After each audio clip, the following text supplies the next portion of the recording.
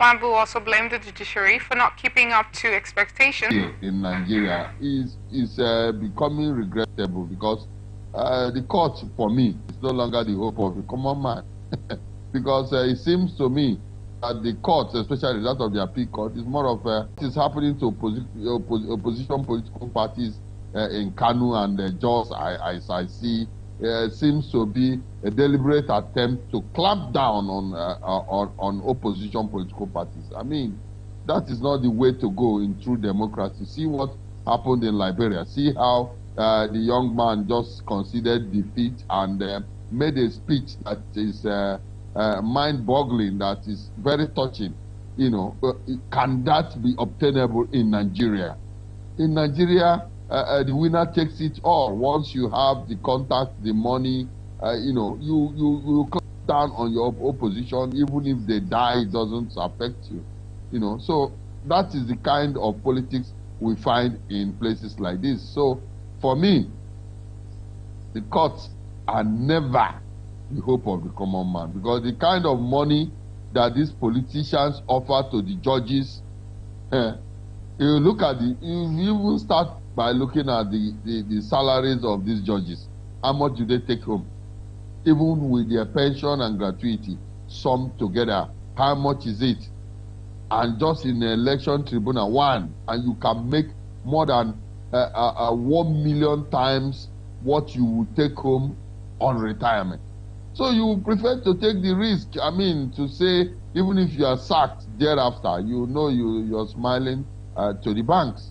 So this is a situation, very pathetic situation. Germany assured international investors that Nigeria, the most populous country in Africa, is a secure destination for their investment. President Tinubu gave the reassurance on Monday, November 20th, while speaking as a participant in a panel discussion on fostering local value chains and investments in Africa at the 4th G20 Investment Summit. President Tinubu highlighted Nigeria's stable democracy since 1999 and ongoing economic reforms, making a compelling case for it as a prime business destination. While acknowledging challenges, he, however, gave an assurance of a commitment to providing a conducive environment for investment. The president also emphasized opportunities in public sectors such as energy digitalization, telecommunications, and agriculture. Federal Government of Nigeria and ECOWAS coordination meeting on the ratification of the Biodiversity Beyond National Jurisdiction Treaty gave the overview of African Union coordination process on negotiation advocacy, priorities, success in negotiation, importance of the treaty for African continent. The Honorable Minister of State for Environment, Dr. Isiaq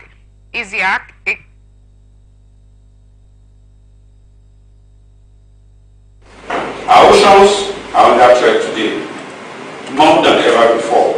We see level rise, temperature increase, acidification, pollution, biodiversity loss, unsustainable exploitation of marine resources, depletion of fish stock, and near disappearance of coral reefs, and the destruction of fragile ecosystems. The urgent need to address this threat has led Nigeria and its ECOWAS member nations to unite and call on the international community to be more ambitious in its response.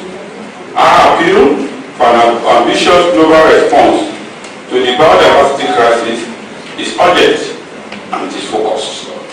Through the urgent appeal, we have identified several measures as essential, including the global definition of 30% of land and ocean as protected by 2030. He said the federal government and countries on the continent have a shared responsibility to act and protect the oceans, because all share in the benefits provided by the oceans and the harm that comes when degraded coastal and marine ecosystems threaten the physical, economic, food security of local communities and multinational businesses. We have a shared responsibility to act and to protect the oceans, because we all share the benefits provided by our oceans and also in the harm that comes when we degrade coastal and marine ecosystems. Failing to protect our oceans will be catastrophic. If we fail to act, the impact of people will be profound. It is my sincere hope that we can work together in the next few days to make swift real progress towards setting a path for prompt ratification of the high sea treaty in our region and our continent. We must act to protect our oceans now, and we must be bold if you have any hope of preserving our planet for our people and our future generations. Let us lead the way together for nature. The federal government of Nigeria, through the Ministry of Environment, is committed to ratifying the BBNJ Treaty in line with the focus of President Bola Ahmed Tinubu to pursue development by unlocking the energy and natural resources of the nation in a sustainable. The Minister of Environment of Sierra Leone, Mr. Joseph Toure, said the government Sierra Leone attached great importance to Treaty of Ocean and active leadership roles to ensure that oceans are conserved, managed, and sustained. Sierra Leone attaches great importance to ocean governance and has active leadership roles to ensure that the oceans are conserved, managed, and in a sustainable manner. In this regard, we thank our host, the Minister of Environment, for their strong support and coordination in organizing this very important event. We also want to thank ECOWAS Commission for this laudable and leading initiative following the development of ECOWAS priorities. Before we arrive at the BBNJ as ECOWAS region, we develop priorities that has to do with biodiversity. How can we conserve, how can we manage and sustainably utilize these resources that we have? In an interview with the ECOWAS Commissioner of Economic Affairs and Agriculture, Mr. Bernard Kofi has this to say. Actually, the BBNG is a new treaty, and it is important that our member state sign and ratify this new treaty because we need some country to ratify the treaty so that it can enter in force. Why they should ratify, they should sign. There are benefits. Most of them are party of the Convention on Biodiversity. They are also a party of CITES, which are international multilateral agreement on biodiversity. So this is additional treaty that goes beyond the national jurisdiction.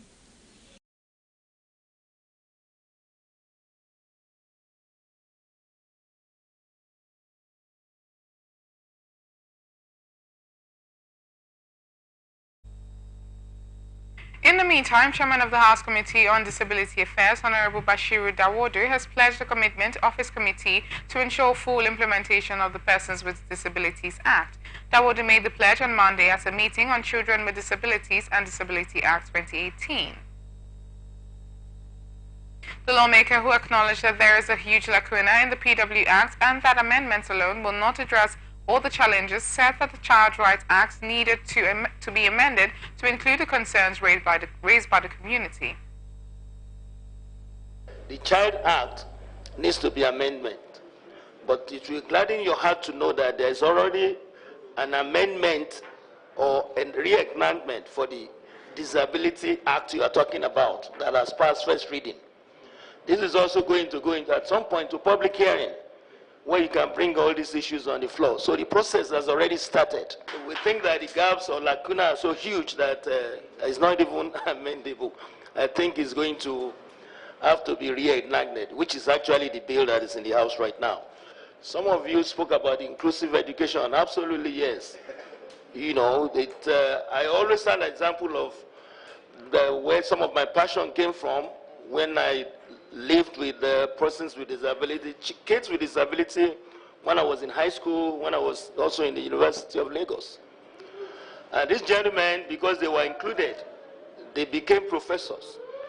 And the one that became a doctor has actually treated more, quote and unquote, able people. than persons with disabilities. So when we include everybody, the society is definitely better off. The Child Act needs to be amended. Earlier, the persons with disability community urged the National Assembly to amend relevant laws to protect children with disability in the country. They said children with disabilities are excluded in the educational system, adding that it is high time the Parliament reviews the curriculum to capture special children.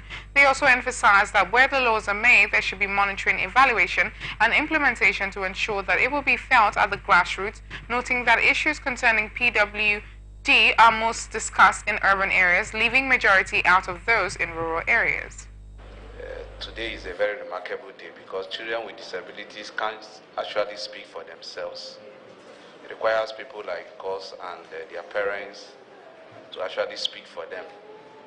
And on a day like this is a day that children with disabilities should be remembered, and some of their needs in education and several other needs should also be prioritized, and we need to do as much as we can to talk about them. That children with albinism are actually first targets when it comes to issues of rape, when it comes to issues of child trafficking. Just because there are certain myths and superstitions surrounding albinism as a genetic condition, so it makes us more prone to this. Because what happens is that culture has made our people lock up these children. We let parents know that having a child with disability is not a taboo.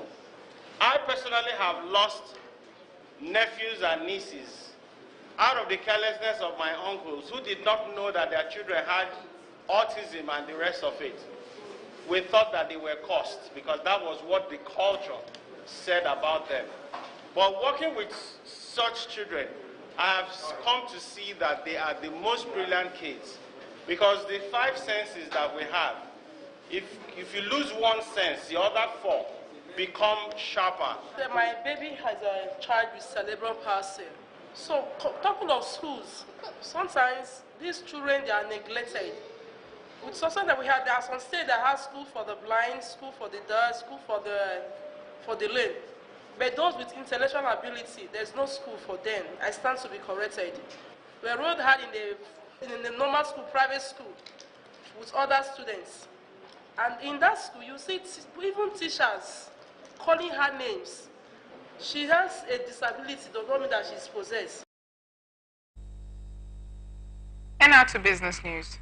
Nigeria Union of Petroleum and Natural Gas Workers and its petroleum tanker drivers branch have jointly denied media reports of threats to embark on a nationwide strike over a purported leadership tussle in the union. Reacting through a press statement on Monday, General Secretary of NUPENG, Olawale Afolabi, declared that there is no plan whatsoever for the petroleum tanker drivers to embark on any protest, as there is no division in the union, as some desperate individuals and their sponsors want to project. The news item is false and unfounded. The NUPENG General Secretary noted that the motive of those behind the press statement was to create panic in the public space and cause artificial scarcity of petroleum products. The union further tasked security agencies to fish out those behind the news item, which it noted was very capable of creating social upheaval and security concerns. In a similar vein, the national chairman of the PTD branch of NUPENG, Comrade Augustine Egbong, was also attributed the news item to those bent on creating panic in the supply chain of petroleum products distribution in the country. The PTD NUPENG national chairman maintained that there is no division within its rank and there was no need for any form of protest. And now to international tidbits. 29 premature babies arrived in Egypt on Monday after they were evacuated from Gaza's largest hospital, which has become a focal point of Israel's war crossing, the only entry and exit point to the Palestinian territory that is not controlled by Israel. An initial 31 babies were reported evacuated from Al-Shifa to another Gaza clinic, and it was not immediately clear why only 29 arrived in Egypt. WHO Chief Tedros Adhanom said on Sunday that 31 very sick babies were moved into a joint operation with the UN and the Palestinian Red Crescent Society. Russian President Vladimir Putin will take part in a virtual summit of the BRICS group of nations on Tuesday to discuss the Israel-Hamas war. The meeting will be chaired by South African President Cyril Ramaphosa in the hope of drawing up a common response to the more than 6 weeks conflict. In addition to Russia, the BRICS group includes Brazil, India, China, and South Africa. And now to entertainment. International Legendary Grand Award Season 5, organized by the 5-4 Empire Entertainment, was held over the weekend in Port Harcourt with the theme, The Distinguished Conference. The Beautelect project aimed at celebrating renowned and outstanding stakeholders, entrepreneurs, and remarkable individuals and organizations with a sense of service for nationhood and humanity. The Grand Award ceremony was graced with top-notch stage performances from the likes of Stereo Mane Kwe, including other musicals and comedy, prominent personalities, industry tycoons, and other well-deserved individuals, with mouth-watering side and runway attractions. At the event, some dignitaries received different categories of awards, including the Chief Executive Officer, Morrison Communication Limited, Chief Honorable Chinyere Igwe, JP, as the Personality of the Year 2023. The former federal lawmaker was awarded for his exceptional contributions to both humanity and the nation. Receiving the award, Honorable Igwe pledged his continual support for respective winners and the organizers of the event. Necessarily have an end. I'm sure that we are gradually rolling to an end for this evening. Let me therefore thank the organizers of this event, all those who have contributed one way or the other to ensure the successful acting.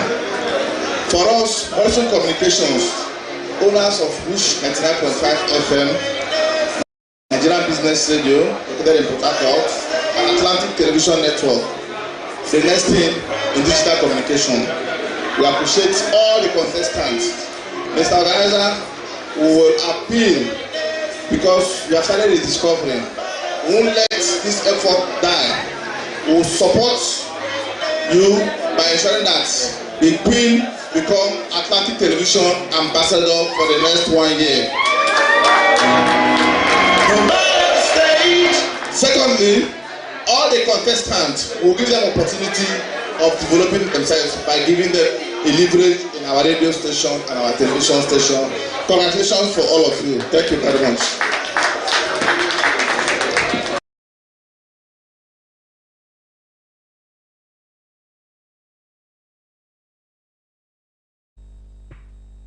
Wish FM 99.5 also received an honor as the best radio station of the year. Outstanding personality of the year. Leadership, okay. Wait, Chile. Did you know who you just called?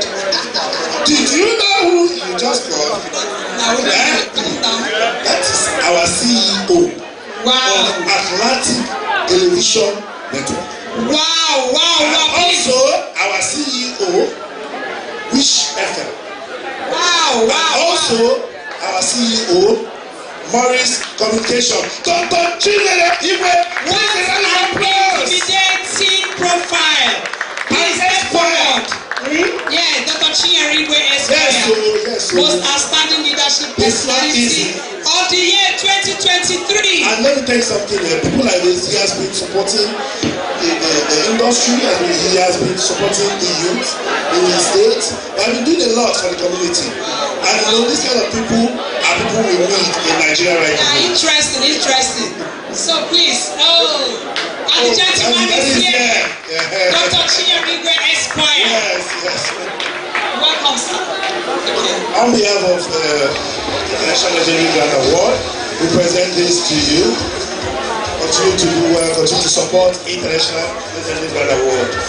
Congratulations. Picture session, please.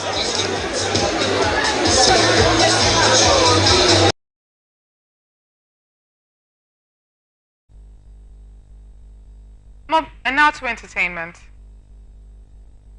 Moba's father, Joseph Aloba, has stated that his son must not be buried without his authorization, at least not until justice has been attained for the late singer. In a viral video posted on TikTok, the aggrieved father pleaded with Nigerians to suspend their agitations for the late singer's burial. He stressed that nobody should take his son's body for burial without his say, so because the fight for justice is still ongoing.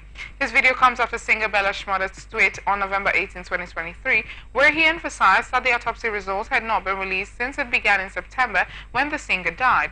Flustered with the slow pace of things, the singer requested that Moba's body be released for a befitting burial, a request which the late singer's father has now denied.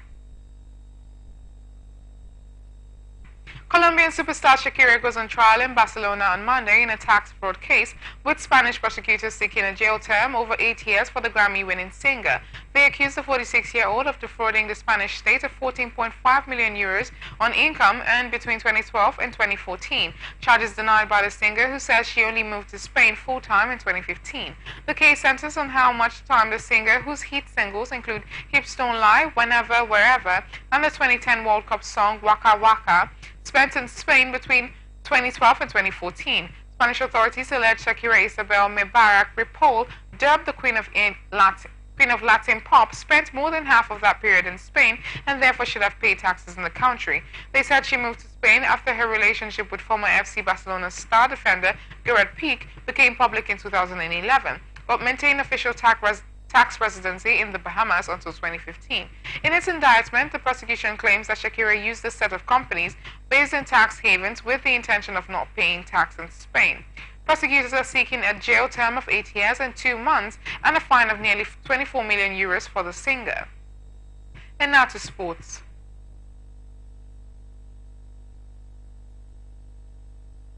At a set of 6 jerseys, the Lionel Messi wore during Argentina's victorious 2022 World Cup will be auctioned in December, estimating their value at $10 million. The football star donned these shirts during the first halves of the group stage rounds against Saudi Arabia and Mexico, as well as later games against Australia, the Netherlands, and Croatia, and the final against France. Argentina's winning run in Qatar last year was the final feather in the forwards' cap, having failed to secure the championships in 4 previous World Cups.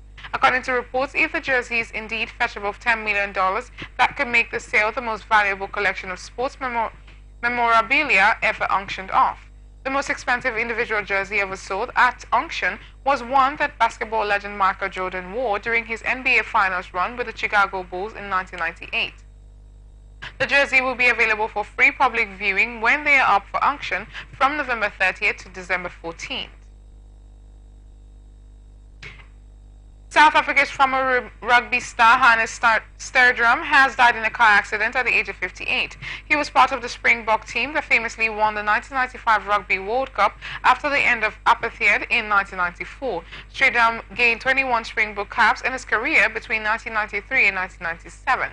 Former teammate and close friend Kobus Wese Newsman that details of the accidents were still vague, but the vehicle Sterdrum was traveling in collided with a minibus taxi. South African Rugby Union President Mark Alexander hails Sterdrum as one of the heroes of the local game in the Springboks tributes to him. His former club, the Lions, also paid tribute to him, describing him as a legend who had formed a formidable lock combination with Wise. Before we go, another look at the major stories. Police say no assassination attempt on Ehe. Appeal court affirms Ali's election as governor. Again, Tinubu woos foreign investors. Nupeng PTD denies support purported strike action. Putin to take part in BRICS summit on Gaza. Shakira dock in Spanish tax fraud case.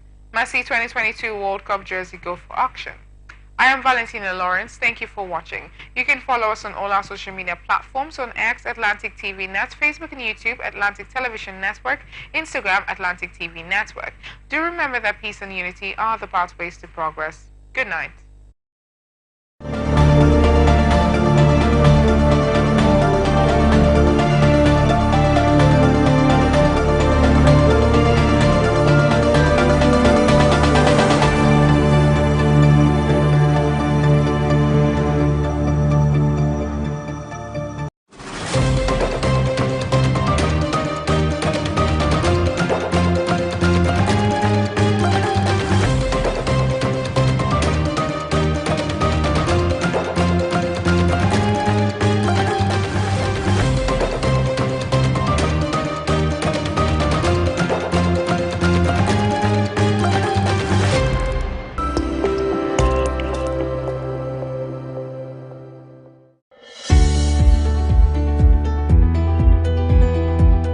people into the country illegally. That is amazing.